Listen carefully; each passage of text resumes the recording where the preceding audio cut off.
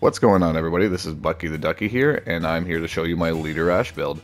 Now, the way I build him and play him, I strictly do the objective. I don't care about the damage numbers. I don't care about being the best at any specific category. I am just here to help my team and get the win. Now, what I do like about him is obviously his show up and blow up. Yeah, I mean, you have LFA Grande and LFA, but we'll get to that. The reason I like show up and blow up is whenever a demon, someone, uses a summon portal or something like that, they're all stacked together, all the demons. If you use show up and blow up, you immediately destroy their entire balance bar, letting you and your allies get those executions in. So it puts like a heavy strain on the demon side. But yeah, you got the great influence, which increases the range. You get some cardio going, like arcane knowledge, so you can see where the objective is a little easier. Quicker cooldowns, and then obviously Master of Influence. Because Master of Influence will increase the effects of your aura.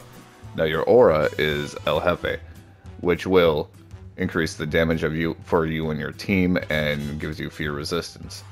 And then whenever you're doing a finisher or get a dismemberment, that increases by 100%.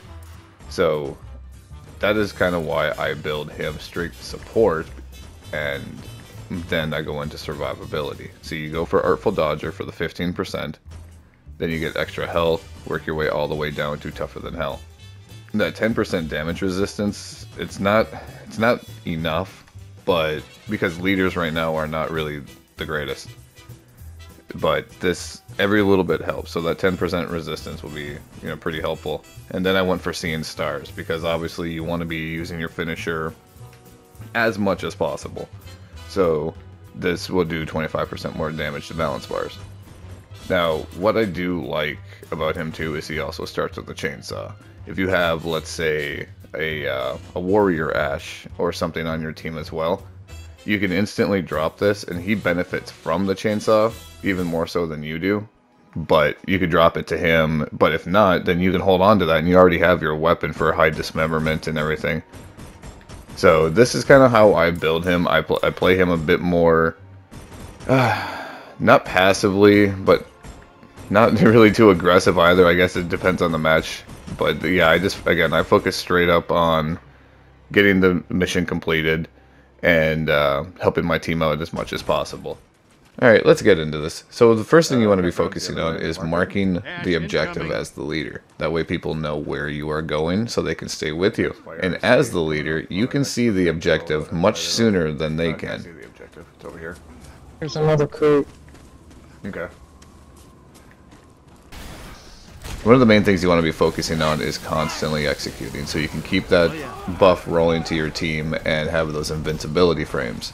And it's always good to have a good ranged weapon on a leader as well. They don't benefit the most from it, but they do benefit pretty well from it compared to other classes, minus the hunter. Now look, once they were on me, I decided I was going to use my ability, and it instantly destroyed that balance bar, making it much easier for me to handle them.